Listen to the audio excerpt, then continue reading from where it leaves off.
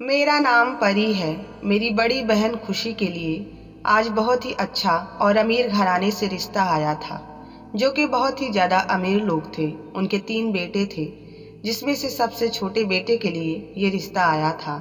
बाकी 2 बेटे पहले से शादीशुदा थे और उनके घर में उनकी एक माँ भी रहती थी।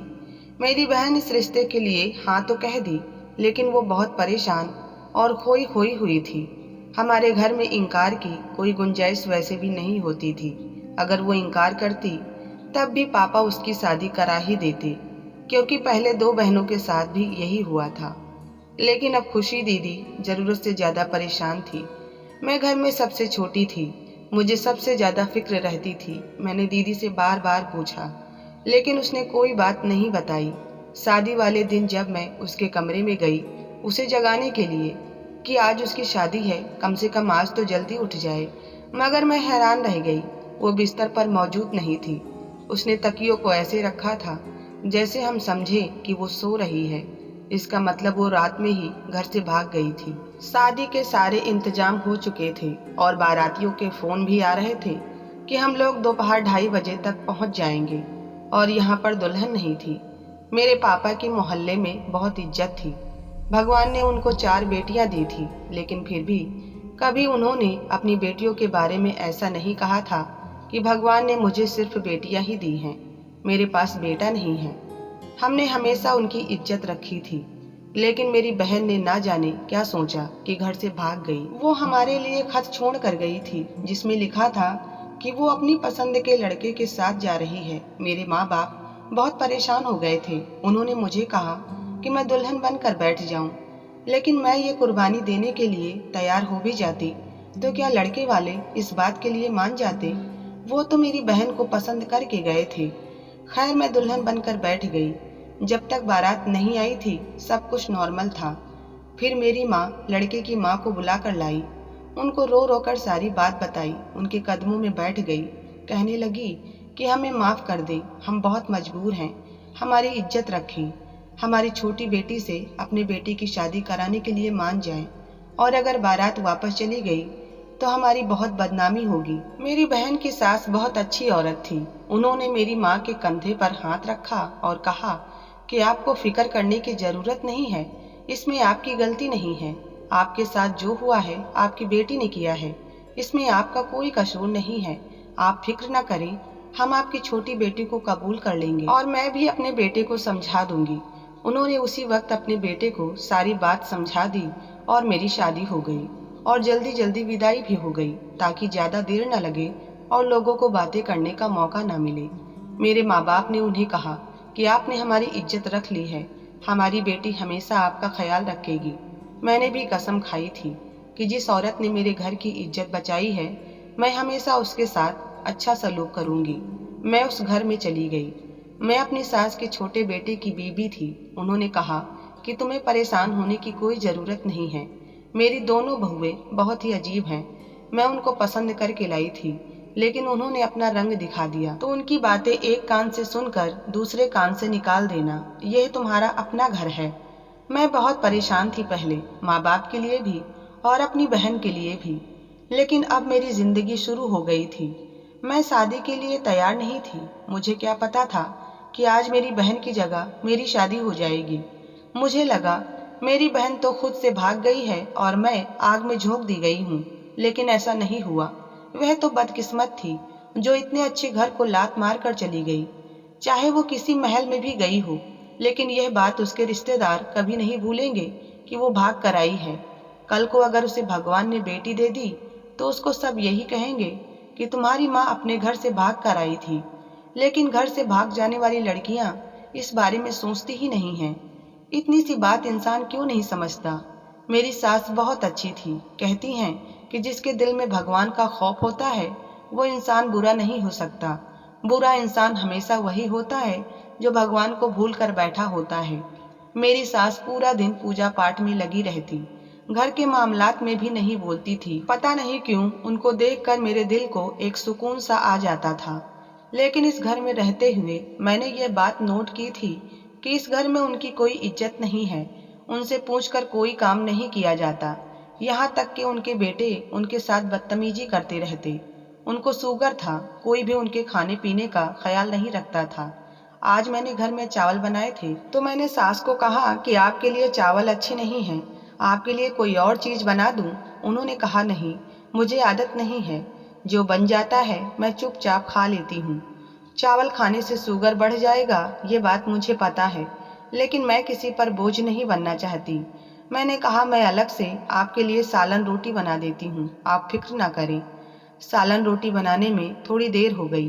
तब तक मेरा पति भी आ चुका था। वो कमरे में चला गया, लेकिन मैं पीछे से नहीं गई, जबकि उसने मुझसे कहा मैं जैसे ही घर में आया करूं तो मुझे कमरे में मिलो। तो मैंने कहा मैं आपकी मम्मी के लिए ही रोटी बना रही थी, इतना गुस्सा करने की क्या ज़रूरत है। मेरे पति ने मुझ पर गुस्सा करना शुरू कर दिया कि आधे घंटे से मैं आया हुआ हूँ, तुम मुझसे ये नहीं पूछ सकती कि मुझे पानी चाहिए या नहीं, जाओ मेरे लिए पहले खाना लाओ।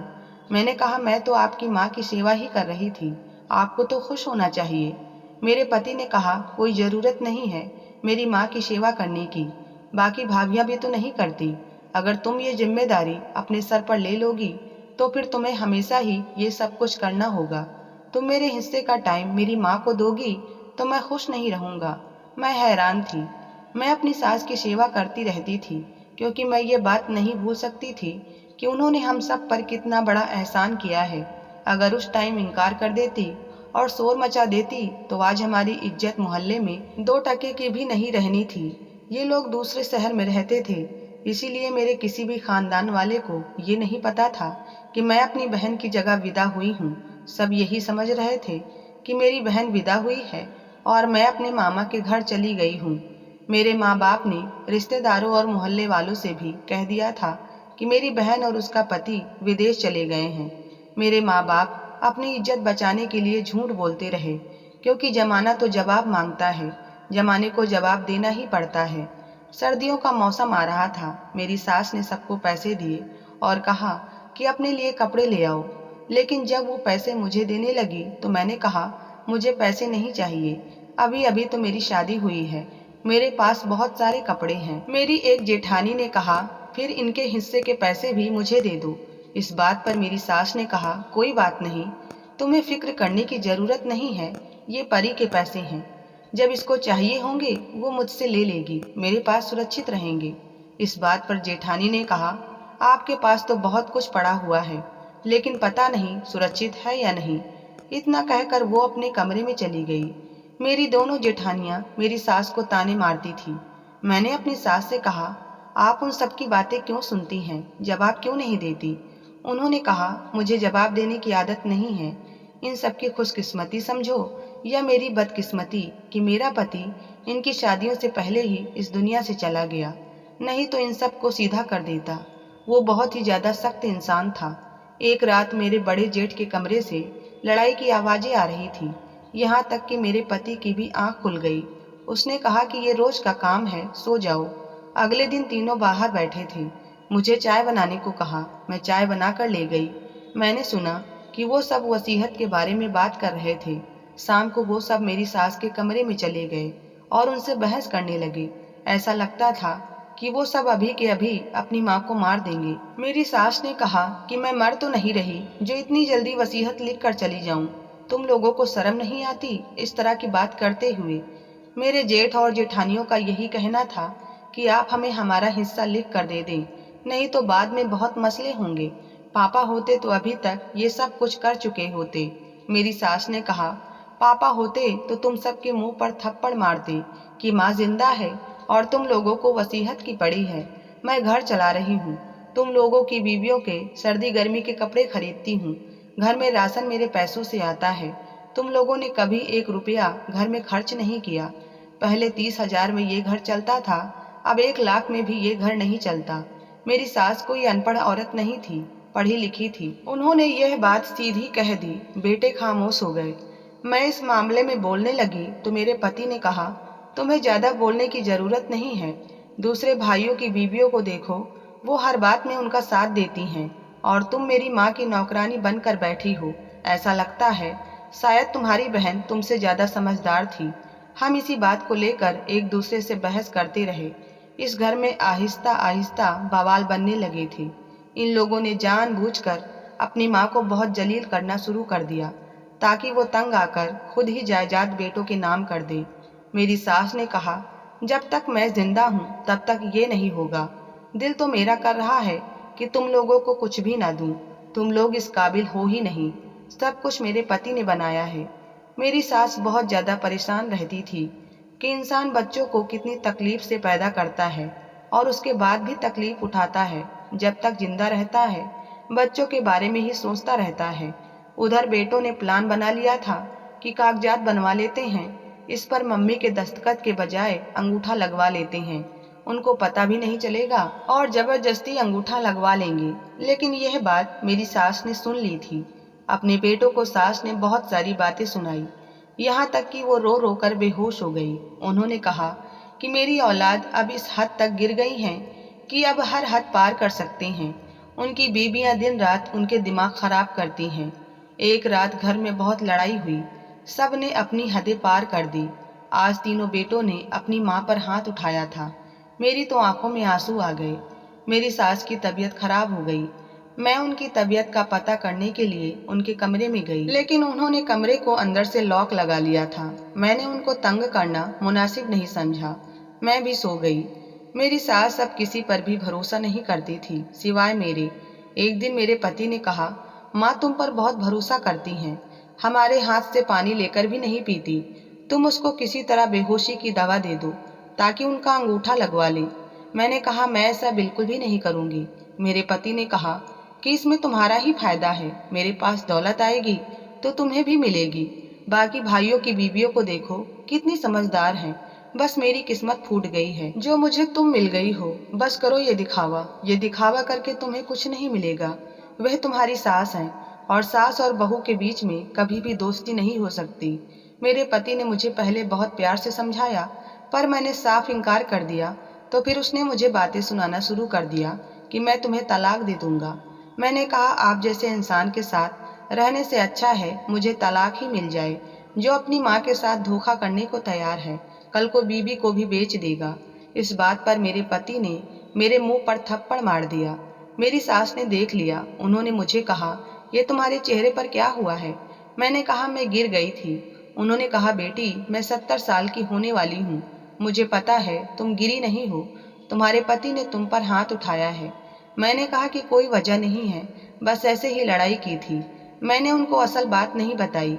मैं उनको ज़्यादा परेशान नहीं करना चाहती थी, लेकिन शायद वो सारी बात समझ गई थी। मुझे देखते ही उनकी आंखें भर आई। दिन इसी तरह से गुजरने लगे। एक दिन ना जाने क्या हुआ, मुझे वक्त से पहले ही नींद आ गई, लेकिन आधी रात को अपनी सास के चिल्लाने पर मेरी आंख खुल गई। मैं भागकर अपनी सास के कमरे में गई। मैंने देखा तीनों भाई और दोनों भाभियां वहीं खड़ी थी। मैं हैरान हुई कि अब क्या हो रहा है। सामने का मंजर देखा तो सब समझ गई। मैंने जोर जोर से रोना शुरू कर दिया। वह अपने मकसद में कामयाब हो गए थे। उन्होंने अपनी माँ से जायदाद के कागजात पर दस्तखत करवा लिया था। मेरे चिल्लाने पर मेरे पति ने मुझे कमरे में बंद कर दिया। सुबह की रोशनी फैल गई थी। मेरी सास घर में नहीं थी। दरवाजा खुला था। बाहर उनको घसीटने के निशान जमीन पर साफ दिखाई दे रहे थे। तीनों भाई बहुत ज्यादा खुश थे। उनके हाथ में कागजात आ गए थे। जब मैंने उनको कहा कि आपने अपनी माँ के साथ बहुत बुरा किया है, भगवान कभी आपको माफ नहीं करेगा, ये सुनकर मेरे बड़े जेठ ने मेरे पति से कहा कि दौलत तुम्हारे पास बहुत है, इस जैसी 10 मिल जाएंगी। मैं तो कहता हूँ इसको अभी दफा करो, नहीं तो कल को ये सारी बात सबको बता देगी। मैं कहना तो बहुत कुछ चाहती थी, लेकिन उस वक्त मेरे दिमाग में यही बात चल रही थी कि मैं जाकर अपनी सास की मदद करूं, जिनके साथ इन सब ने बहुत बुरा किया था। जायदाद अपने नाम करवाने के बाद उन्हें घर से बाहर फेंक दिया। मैं फौरन घर से बाहर निकलकर जाने लगी। जाने से पहले मैंने इतना ज़रूर कहा कि तुम लोगों ने जो किया है इसकी सज़ा तुम्हें ज़रूर मिलेगी। उन्होंने कहा, अपनी आंखें खोल कर देखो, हमारे हाथ में इस वक्त करोड़ों की जायदाद के कागजात हैं। मेरे पति ने कहा, मैं तुझे तलाक देकर तेरे घर भेज दूंगा और तेरे घर वालों को बदनाम कर दूंगा। मेरी आंखों में आंसू थे। मैं फौरन उस घर से बाहर निकल गई और अपनी सास को तलाश करने लगी। मैं हर जगह अपनी सास को तलाश करने में जुटी रही। पूरा दिन तलाश करने के बाद अपनी सास को फुटपाथ पर पाया। रात होने को आई थी। एक दंपति की मदद से अपनी सास को हॉस्पिटल लेकर गई। मौसम एकदम खराब था, ऐसा लगता था कि तूफान आएगा। रात में आंधी तूफान के साथ साथ भूकंप भी आया।